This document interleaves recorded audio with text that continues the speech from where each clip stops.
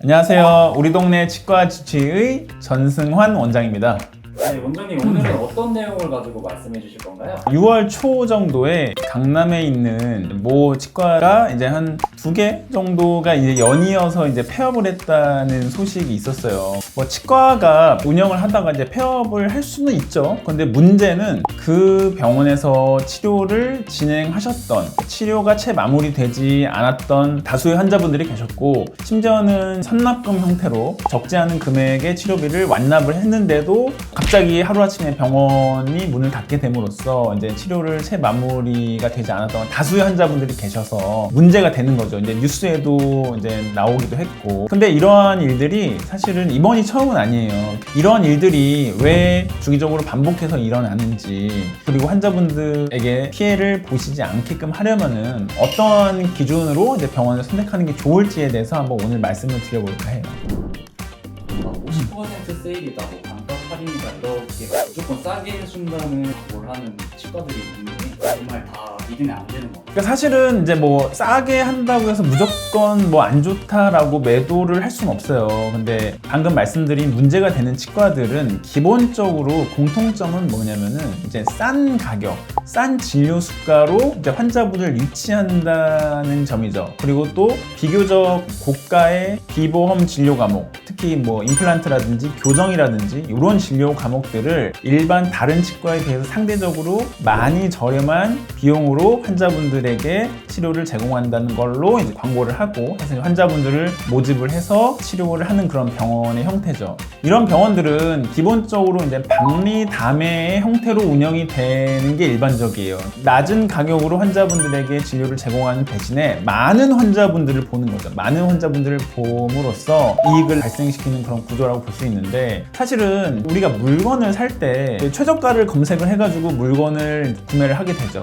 싸게 물건을 구매하거나 동일한 어떤 서비스라든지 제품이라든지를 취득하기 위해서 낮은 비용을 들이려는 거는 어찌 보면 합리적인 선택이긴 한데, 문제는 우리가 이제 진료를 받는다는 행위와 제품을 구매한다는 건 사실 같지는 않아요. 왜냐면은 제품을 구매하는 거는 구매하는 걸로 이제 끝나게 돼버리는 거죠. 근데 진료라고 하는 거는 일단 치료를 받아요. 근데 받는데 이 치료가 끝났다고 해서 완전히 종결이 된 게 아니라 지속적으로 사후 유지 관리라는 것도 필요하거든요. 근데 예를 들어서 치료를 받았는데 나중에 문제가 생기면은 치료를 받았던 병원을 가가지고 유지 관리 어떤 그런 치료를 받게 되는데, 보통 이렇게 낮은 수가로 환자분들을 많이 유치하는 병원들의 특징은 새로 환자분들을 유입시켜서 그 환자분들을 치료하는 데 집중을 보통 하기 때문에 치료가 끝난 환자분들의 어떤 사후 유지 관리를 함에 있어서는 소홀할 수밖에 없는 것 같아요. 왜냐면은 사후 유지 관리를 하는 것 자체가 병원 입장에서 보면은 이익을 발생시키는 어떤 진료는 아니기 때문에 아무래도 그쪽은 소홀할 수밖에 없죠. 많은 환자분들을 유치해가지고 치료를 하게 되면은 결국에는 그렇게 사후 유지 관리를 해드려야만 하는 환자분들이 쌓이게 되고,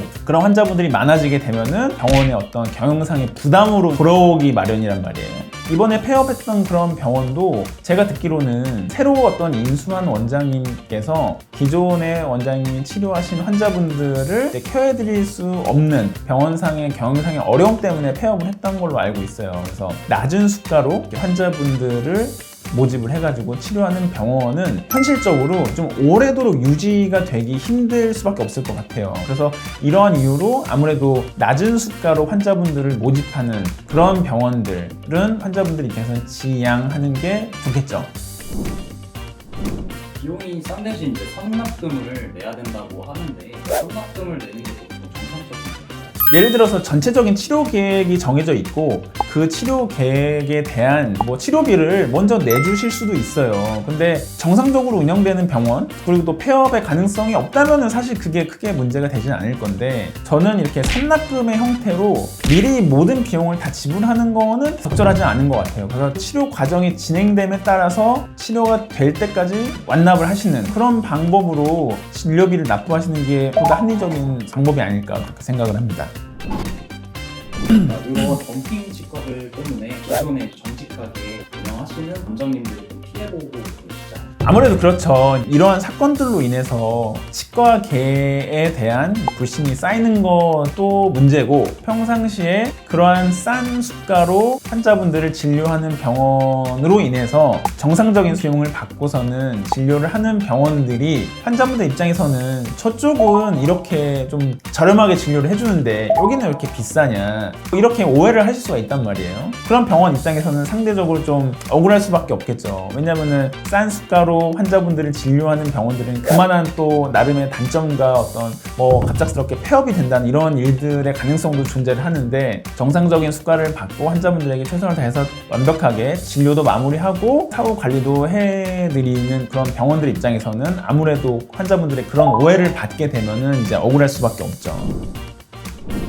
그러면 이런 정신치과를 구분하는 명확한 기준을 딱 정리해 주시자면 어떤 게 있을까요? 이제 환자분들 입장에서는 가격이 병원을 선택함에 있어서 뭐 아주 중요한 기준이 될 수 있다는 건 저도 인정을 해요. 그러니까 오직 가격만을 가지고 치료받을 병원을 결정하는 거는 환자분을 위해서도 과연 그게 좋은 선택일까라는 생각이 드는 거죠. 진료비를 무조건 줄이기 위해서 어떤 병원을 선택하는 것보다 내가 믿고 치료를 제대로 잘 마무리해 줄 수 있는, 사후에 문제가 생겼어도 치과가 갑자기 없어진다거나 나를 봐주시는 원장님이 갑자기 없어진다거나 이런 병원이 아니라 오래도록 항상 가면은 나를 봐주시는 동일한 원장님이 계신 그런 병원을 선택하는 게 아무래도 환자분들의 어떤 치료를 받으심에 있어서 시행착오를 줄일 수 있는 길이 아닐까 싶습니다. 치과가 갑작스럽게 폐업을 하게 돼서 환자분들께서 피해를 겪게 되시고 이러한 일들이 발생하게 되면 같은 치과 의사로서 굉장히 안타까운 마음이 드는 건 사실인데요. 다시는 이러한 일들이 치과학에서 반복이 안 됐으면 좋겠고, 환자분들도 치과를 선택함에 있어서 좀 내가 믿고 다닐 수 있을 만한, 오래도록 나의 구강 상태를 믿고 맡길 수 있을 만한 그런 치과를 찾으셔서 진료를 받으시면은 아무래도 이러한 일들을 미연에 방지할 수 있는 어떤 대책이 되지 않을까 싶습니다.